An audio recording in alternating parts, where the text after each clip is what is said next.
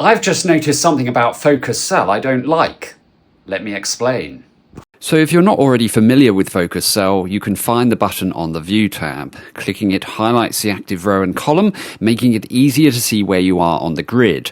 This is great if you're working solely inside the Excel window and you need a little visual assistance. But the problem is, if your task involves other windows, this is where Focus Cell comes unstuck. In fact, it doesn't even need to involve other windows, because if I click off the Excel window, look what happens.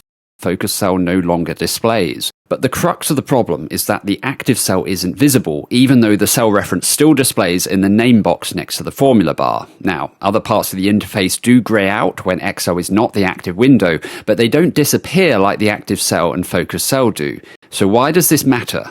Well, the other day I had my web browser on one half of the screen and the Excel window on the other. As I was repurposing some of my LinkedIn posts as blog posts in WordPress, I needed to refer to my archive file to copy data across. So I'd navigate to the post I wanted to do in the worksheet, and having Focus Cell on for this was great, but not so great when I clicked across to the web browser.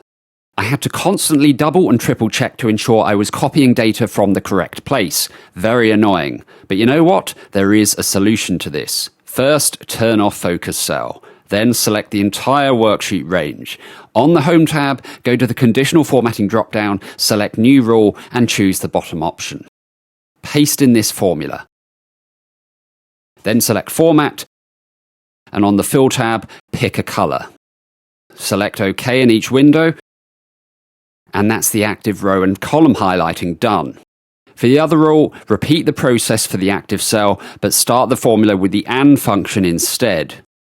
This time in the Format window, go to the Font tab and choose Bold. Select Border, then Outline, confirm all of that, and the final stage is to press Alt F11 to open the VBA editor. Double-click the relevant sheet object and paste this code to make the magic happen. Back in the main Excel window, click around and you'll see the effect. The biggest advantage, though, is that you can now click off the window and the highlighting will remain visible. So that's great, though I would prefer if Focus Cell itself had this capability. That is an update we need.